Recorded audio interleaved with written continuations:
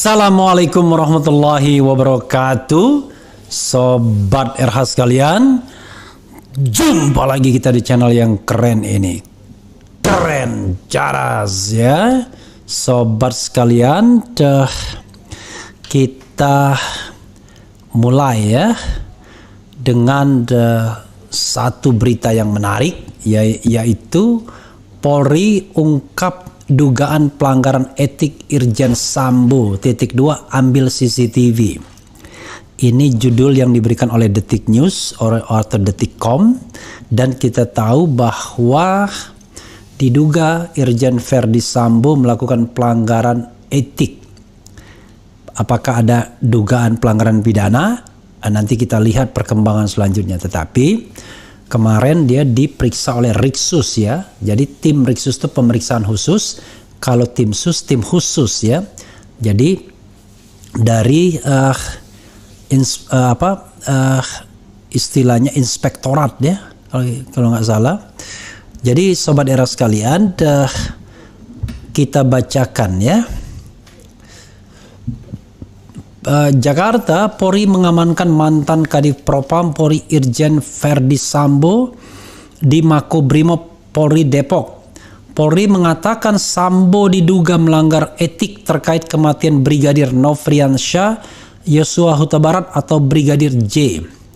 Dari Riksus menetapkan, ya Riksus itu pemeriksaan khusus, bahwa Irjen Pol FS diduga melakukan pelanggaran terkait menyangkut ketidakprofesionalan di dalam olah TKP. Kata Kabdif Humas Polri Irjen Dedi Prasetyo saat konferensi pers di Mabes Polri Jakarta. Ini memang bahasanya halus banget, ketidakprofesionalan ya. How come ya he is not professional ya di dalam olah TKP if not there's no something behind ya. Oke. Maksud tidak profesionalnya FS adalah berkaitan dengan TKP kematian Brigadir J. Dedi mencontohkan perihal CCTV yang disorot Kapolri Jenderal Listio Sigit Prabowo. Ketidakprofesional dalam pelaksanaan olah TKP seperti Pak Kapolri sampaikan terjadi misalnya pengambilan CCTV dan lain sebagainya, jelas Dedi. Dedi pun meminta publik menanti hasil pemeriksaan lengkap tim khusus, tim sus, beda lagi ya dengan Riksus tadi. Dedi mengatakan Polri berjanji akan membuat kasus ini terang benderang. Mudah-mudahan ya seperti matahari di siang hari ya. Ini nanti rekan-rekan, saya tidak mau menyampaikan terlalu terburu-buru. Saya menunggu betul-betul kerja tim sus selesai semuanya. Kalau selesai semuanya baru bisa dijelaskan secara komprehensif, kata Dedi. Kuncinya di Baradae dan di tentu saja istri Verdi Sambo sendiri ya. Lebih lanjut, Dedi menginformasikan Sambo dibawa ke Makobrimob sore tadi. Dia belum bisa memastikan berapa lama Sambo di Makobrimob. Kapolri sudah tahu polisi ambil CCTV. Sebelumnya Jenderal Listio Sigit Prabowo menjelaskan perihal CCTV di kompleks rumah dinas Irjen Verdi Sambo yang rusak. Sigit menyebut pihaknya sudah mengetahui siapa pihak yang mengambil CCTV tersebut. Ada CCTV rusak yang diambil pada saat di Satpam dan itu juga sudah kita dalami. Kita sudah mendapatkan bagaimana proses pengambilan, kata Sigit saat jumpa pers di Mabes Polri. Sigit mengatakan polisi yang mengambil CCTV yang disebut rusak itu juga sudah diperiksa. Nantinya akan diputuskan apakah perbuatan itu merupakan pelanggaran kode etik atau pidana. How come hanya kode etik ya?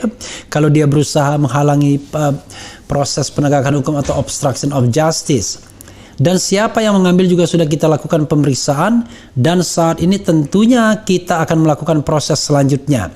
Nanti kita proses nanti berdasarkan hasil keputusan apakah ini masuk dalam pelanggaran kode etik atau pelanggaran maupun pelanggaran pidana, tutur Sigit. Sigit tak merinci apakah saat diambil CCTV tersebut sudah dalam keadaan rusak atau tidak.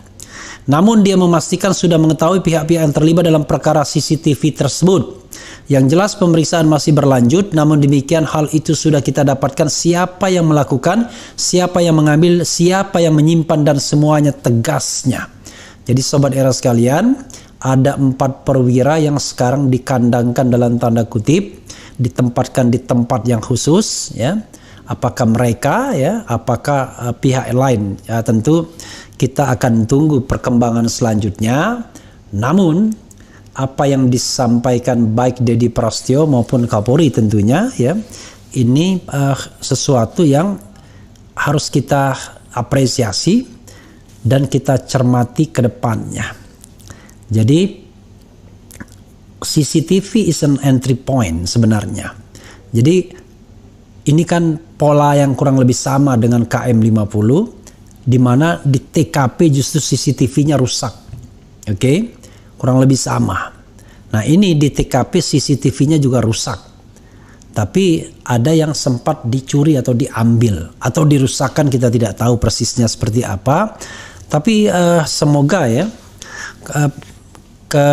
Kapolri memiliki katakanlah terus keberanian, independensi, kemudian juga determinasi, kemudian juga akuntabilitas untuk menyelesaikan kasus ini sebaik-baiknya, setuntas-tuntasnya tanpa menimbulkan prasangka bahwa ada pihak-pihak yang dilindungi.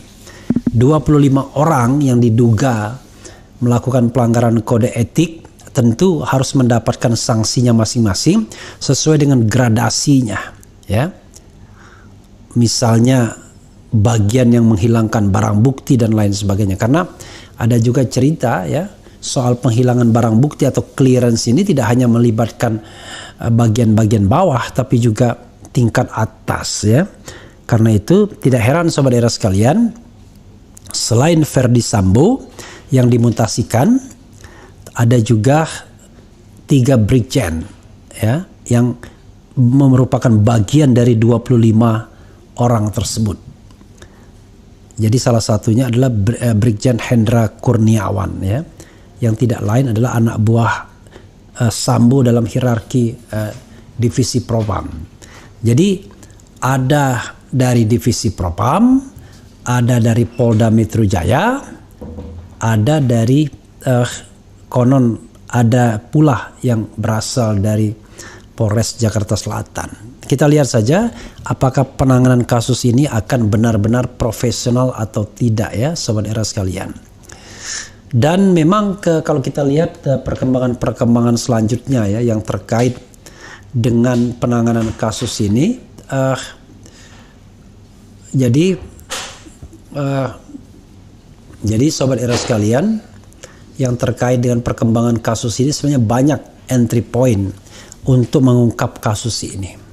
Tidak perlu kita menunggu hasil otopsi lagi ya, karena sepertinya hasil otopsi sudah kehilangan relevansi kalau seandainya petunjuk itu sudah bisa didapatkan dari yang lainnya. Karena hasil otopsi kan hanya mengatakan apakah luka itu disebabkan karena tembakan atau penyiksaan ya, semakin tidak relevan lagi karena ternyata sudah diakui sendiri ya oleh misalnya Baradae bahwa dia menembak dari belakang ketika tersungkur untuk membuat alibi kepala bolong, tapi konon perkembangan terakhir justru Baradae mengakui bahwa dia bukan aktor utamanya.